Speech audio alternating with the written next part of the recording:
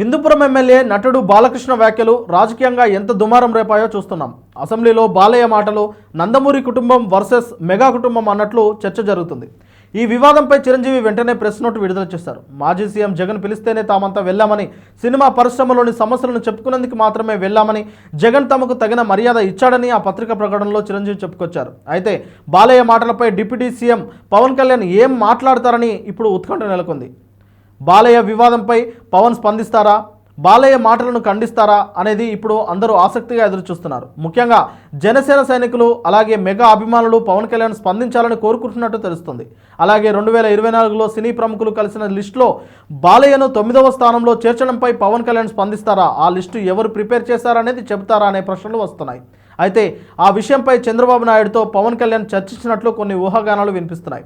దానికి చంద్రబాబు నాయుడు ఈ విషయాన్ని ఇక్కడితో వదిలేయడమే బెటర్ అనే సలహా ఇచ్చినట్టు, అందుకు పవన్ కళ్యాణ్ సైతం ఒప్పుకున్నట్టు బోగట్ట. చూడాలి మరి సభలో పవన్ కళ్యాణ్ దీనిపై స్పందిస్తారా లేదా అనేది. అయితే పవన్ కళ్యాణ్ జ్వరంతో సభకు రాలేకపోతున్న విషయాన్ని అయితే ఆయన ఇదివరకే చెప్పారు.